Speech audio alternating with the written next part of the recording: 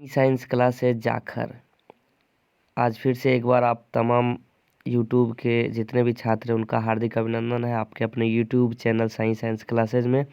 आज हम लोग फिजिक्स के टॉप 10 MCQs लाए हैं जो चैप्टर 1 से है।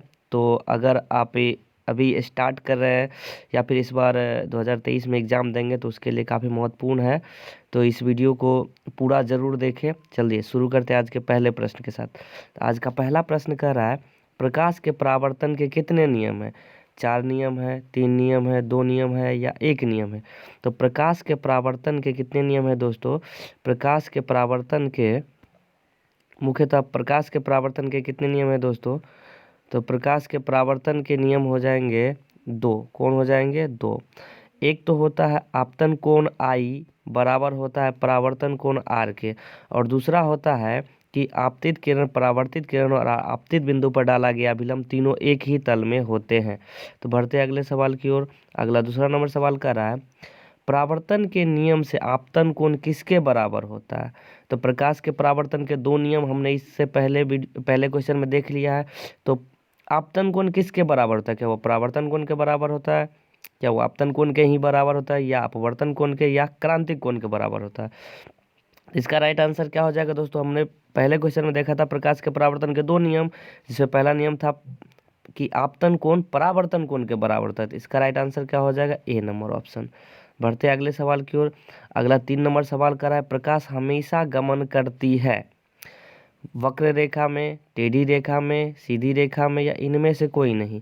तो प्रकाश हमेशा जो है किस रेखा में गमन करती है हमसे पूछा जा रहा है दोस्तों। तो प्रकाश जो है ना हमेशा सीधी रेखा में गमन करती है। कैसी रेखा में दोस्तों? सीधी रेखा में गमन करती है प्रकाश हमेशा। बढ़ते अगले सवाल की ओर दोस्तों। अगला 4 नंबर सवाल कर रहा है किरण पुंज या प्रकाश पुंज कितने प्रकार के होते हैं? क्या वो 2 प्रकार के होते हैं, 4 प्रकार के होते हैं, 3 प्रकार के होते हैं, या 5 प्रकार के होते हैं? तो इसका राइट आंसर क्या हो जाएगा दोस्तों? किरण पुंज जो है दोस्तों 3 प्रकार के होते हैं। कितने प्रकार के? 3 प्रकार। एक होता है अपसारी किरण पुंज, जिसमें क्या होता है एक बिंदु से सभी दिशाओं में प्रकाश निकलता है। क्या होता है दोस्तों? एक बिंदु सभी दिशाओं में प्रकाश निकलता है। दूसरा क्या होता है अभिसारी किरण पुंज, जिसमें क्या होता है एक बिंदु पर सभी प्रकाश की किरणें आकर मिल जाती है, इसको बोलते हैं अभिसारी प्रकाश पुंज। और एक होता है समानांतर प्रकाश पुंज, इसमें क्या होता है सभी किरणें एक दूसरे के समानांतर होती है।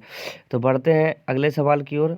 अगला सवाल 5 नंबर का रहा है कि एक बिंदु से सभी दिशाओं में निकलने वाली किरण पुंज कहलाती है। अभी तुरंत हमने डिस्कस किया है अभिसारी किरण पुंज, अपसारी किरण पुंज, समानांतर किरण पुंज, या इनमें से कोई नहीं? तो इसका राइट आंसर क्या हो जाएगा दोस्तों? इसका राइट आंसर हो जाएगा, अभी तुरंत हमने कहा एक बिंदु से निकलने वाली, मतलब एक बिंदु से बाहर की ओर निकल रही है, तो उसको क्या बोलेंगे? एक बिंदु से बाहर की ओर निकलेगा तो उसको बोलेंगे अपसारी किरण पुंज। क्या बोलेंगे दोस्तों? अपसारी किरण पुंज। एक बिंदु से निकलेगा तो अपसारी, और एक बिंदु पर आकर मिलेगा तो उसको बोलेंगे अभिसारी किरण पुंज। बढ़ते अगले सवाल की ओर।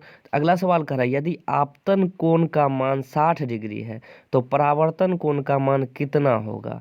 क्या 70 डिग्री होगा, 50 डिग्री होगा, 30 डिग्री होगा, या 60 डिग्री? देखिए दोस्तों, अगर ये कोई समतल दर्पण है, इस पर अभिलंब डाला गया और इधर से कोई प्रकाश की किरण आ रही है, तो परावर्तन के बाद इधर जाएगी, ये आ रही है और इधर जा रही है, तो इसमें क्या होता है आपतित किरण और अभिलंब के साथ जो कोण बनता है उसको आपतन कोण कहते हैं। ये अगर 60 डिग्री दिया है तो परावर्तन कोण के बराबर होगा, ये भी कितना होगा? 60 डिग्री ही होगा। तो इसका राइट आंसर क्या हो जाएगा दोस्तों?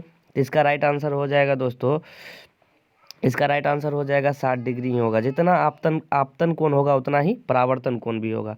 बढ़ते अगले सवाल की ओर। अगला सवाल कह रहा है कि निर्वात में प्रकाश की चाल कितनी होती है? निर्वात में प्रकाश का 2 गुने 10 के पावर 6 मीटर प्रति सेकंड, 3 गुने 10 के पावर 5 मीटर प्रति सेकंड, 4 गुने 10 के पावर 7 मीटर प्रति सेकंड, या 3 गुने 10 के पावर 8 मीटर प्रति सेकंड।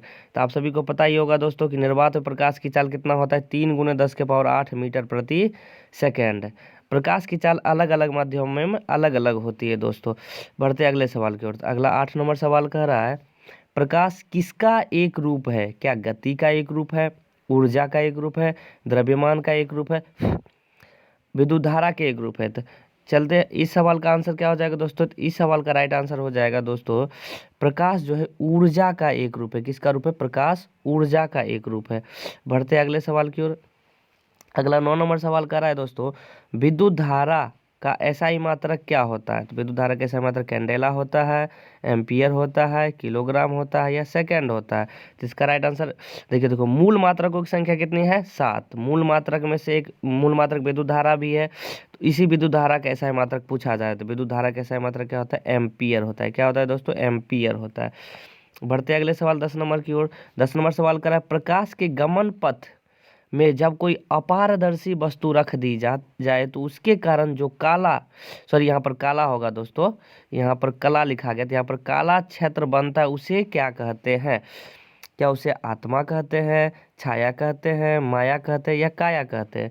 तो इसका राइट आंसर क्या हो जाएगा दोस्तों? तो इसका राइट आंसर समझते हो तो जैसे देखिए, प्रकाश सीधी रेखा में गमन कर रही है, इसके सामने कोई अपारदर्शी वस्तु इस तरह से रख दिया जाए तो इस तरह से इसकी छाया बनेगी, सॉरी काला क्षेत्र बनेगा इस तरह से। तो इसी काला क्षेत्र को हम लोग क्या कहते हैं दोस्तों? इसी काला क्षेत्र को हम लोग कहते हैं छाया। क्या कहते हैं दोस्तों? छाया। तो इस क्वेश्चन का राइट आंसर हो गया option number B.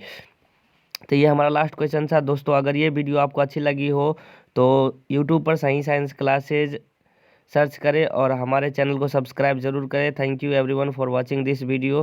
Please like share and subscribe this YouTube channel. Thank you.